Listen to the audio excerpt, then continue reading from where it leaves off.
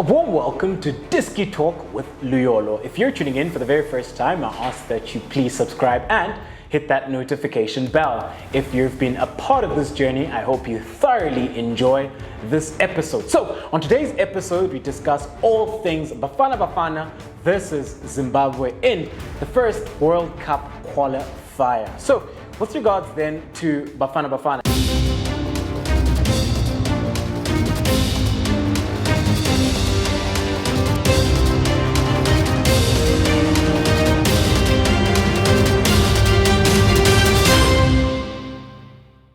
Let's get right into it and not waste any time. So Hugo Broos then has announced his 23 men, which will do battle in the two World Cup qualifiers. So the team has been cut down to, in goals, Ronwen Williams, Motwa, and Bruce. Those are the three goalkeepers he's gone with. He has left out Mlungwana. He did cite reasons of weight, but yeah, that's his decision at the end of the day. In defense, we've got Nico Mobi, Roshin Duruk, Murena, Ulu, Blom, Pete, Dube, and Mabiliso. So happy with a couple of these names, but disappointed that they've left out Njabulo Roadblock Ngobo, especially because I think he's been the best defender within South African football in the past couple of months, hence why he even won Defender of the Season in the DStv Premiership. So very disappointed to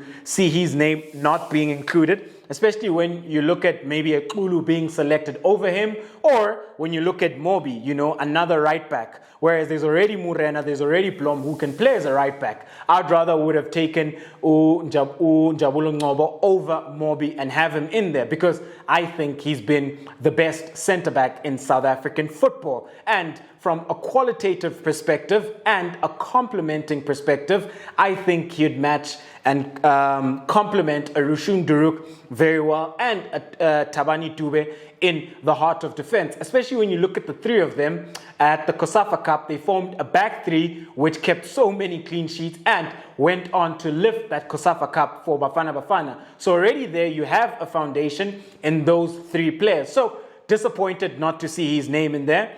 Moving on then to the midfielders, we've got Usipo Mbule, Utebucho Mokoena, Brooks Mvala, and Yusuf Mart. So, yet again, happy to see Mbule, Mokoena, Brooks, and Yusuf Mart. I mean, it's about time that we build the national team around these young, exciting, quality midfielders, So, yeah, happy with those midfielders.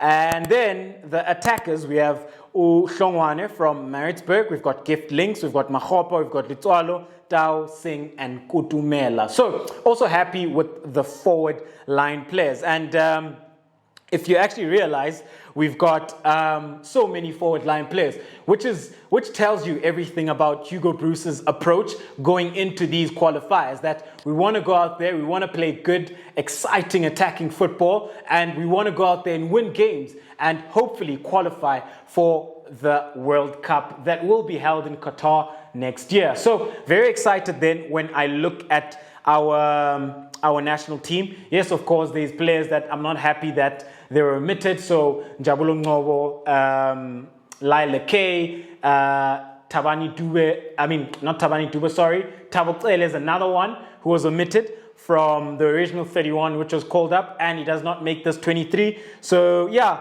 disappointed not to see those names, but overall, I must say that it's a step in the right direction with regards to Hugo Broos' selection. And whenever the man speaks, this is a man who speaks in a very assured manner. A, B, it's clear cut. You know what he wants from this Bafana Bafana side, and you get confidence by virtue of the fact that he inspires so much confidence, because he's able to paint you a very well refined and detailed picture of what he'd like to do with Bafana Bafana.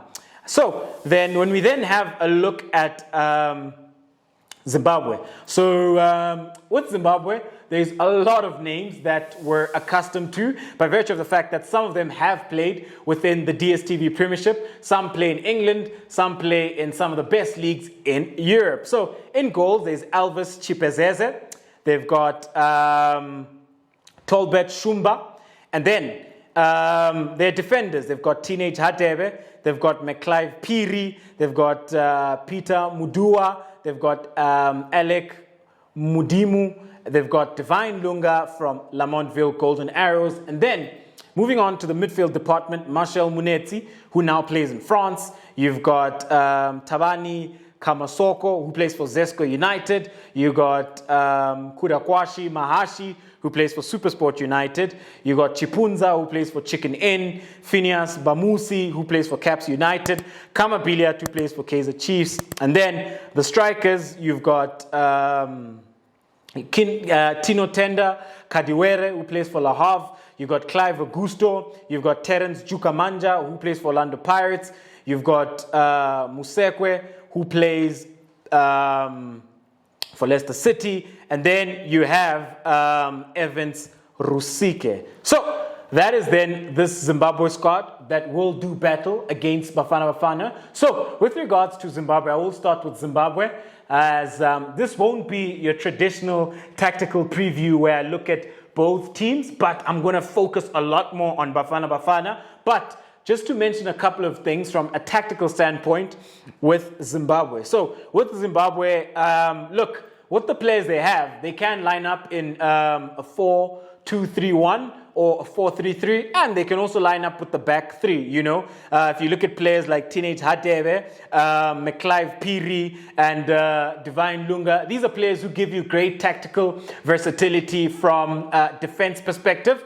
Divine Lunga is a very energetic player that we know. So on the left-hand side, he could look to cause trouble. Very solid, you know, on the left side. He can overlap, bomb forward, and deliver those crosses. So that is a player who will be key for Zimbabwe from a defensive perspective. Moving on then into midfield. Look, we do know about Marcel Munetsi. Started out at Baroka, then went to Orlando Pirates. A very strong midfielder, plays a defensive midfielder. And then you go to Kama Billiat, who is their talisman, you know. Any team that Kama Billiat plays for, he's always going to be the most threatening player on that team, you know. So when you have a look at Kama Billiat, I think he's growing in confidence, and he's finding his feet again, and he's finding that goal-scoring touch. So it's not going to be easy then for Bafana Bafana to deal with Kama Billiat, especially because Kama Billiat can start out wide and then come in. Sometimes he does occupy the striking role or plays as a second striker where he pops up in vertical zone 3 in the central zone where he looks to do a lot of his work in and around zone 14. He's very good at making those runs in behind. So our defenders will have to be very cautious coming up into this game. So then when we have a look at Zimbabwe then, from a forward line perspective, so many options, but Jukamanja and Evans Rusike are players that I would like to mention. So with Jukamanja, very mobile player who likes to go in behind, very energetic. With Evans Rusike is another one who's mobile, but also gives you the number 9 threat with regards to holding up the ball. So Zimbabwe have quite a few players who have quite a bit of quality, which can trouble this Bafana Bafana side. However, let's go on then into Bafana Bafana and have a look at what Hugo Bruce, rather, would like to do with this Bafana Bafana side. So Hugo Bruce has started with the back three, you know. So we will then go with the 3-4-3 because that's what he has used at times. How then would I institute a well-refined, balanced, structured style of play with this Bafana Bafana using the 3-4-3 or the 3-5-2? So let's have a look at it then.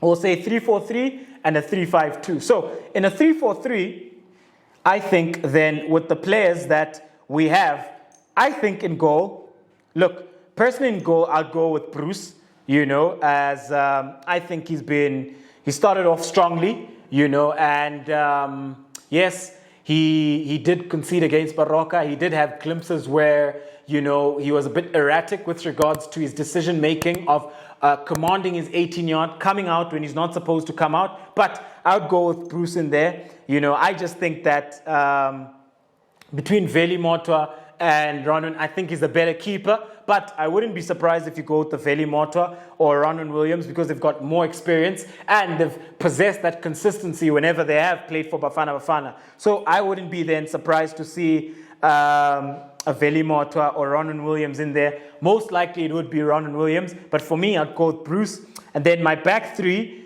my back three, I would have Tabani Dube as the left-sided centre half, and then my right-sided centre half, I would have Blom. I think Blom has had really good performances for Kaizer Chiefs. Yes, he has played as a fullback for Kaizer Chiefs, where he would go forward and deliver those crosses, but he's been very solid, in vertical zone 5. In this wide channel, he's done really well for Kaizer Chiefs from a defensive perspective. So because he's played really well, I would go with him as the right-sided centre half, and then have Rushin Duruk as my libero, the one who will form part and parcel of the back three. Very instrumental then when it comes to progressing the ball into midfield, looking to break those lines, looking then to find those passes. This is a player who's very elegant on the ball, The other day against Chippa United, he played as a left-sided centre-half, where he showed off his skill set and his passing ability with his weaker foot. I mean, he was pinging, 40-yard balls into this channel. He was then also able to switch play, also very efficient when it comes to that first time pass into midfield with his weaker foot. A player who can shift it from left to right with ease. Quality centre half. Like I mentioned before, cut from the same cloth as an OJ. So my back three then would be Njabulo Blom, Rushin Duruk, and Tabani Dube. And then going into midfield, I'll start with the wing backs. My wing back would be Tapelo Morena.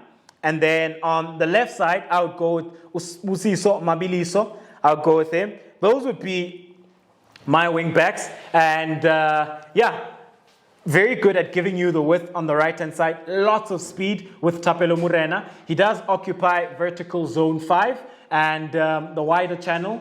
And he does also look to come in. He can occupy the half space. He is a player that does tend to occupy very good positions, where I mentioned in a previous episode that if he can refine his finishing and his technical ability within the final third in the box, this is a player who can score quite a lot of goals actually, because of his positioning and the type of runs that he makes. So he starts as my wing back then, and then as the left wing back, I've got Usiso Mabiliso. And what I like about this is that it's a hybrid system in a sense, which can transition into a back four, which I will show you guys. So Mabiliso gives you the width on this side, but very strong, very solid defensively. How then would it transition into a back four? So Mabiliso could always tuck in, and then you've got Jabulo Blom as the right back, and then you've got Mabiliso as the left back, and then you've got Tabani Dube and Rushin Duruk as the two centre halves, which then offer that great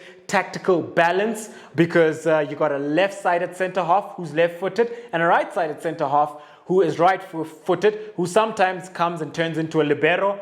The left-sided centre half then also becomes a left-sided centre back. So that's what it would do. And then Tapelo Morena would push into right wing, because he has played there in his formative years at Bloemfontein Celtic. So he can go into that right wing position and complement very well. So it is a 3-4-3 or a 3-5-2, which can transition easily into a 4-3-3. So going back then to the 3-5-2, and then in midfield, I go with the same that I did previously when I mentioned.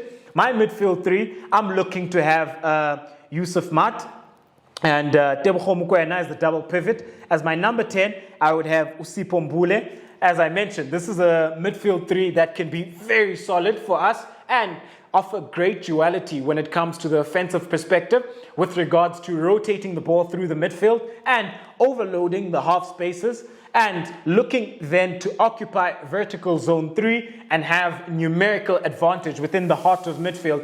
And like I mentioned, Sipombule pops up into those areas, eye for goal, and he's also refining his skill set with regards to his finishing, so he can now score goals for this Bafana Bafana side. And then when we have a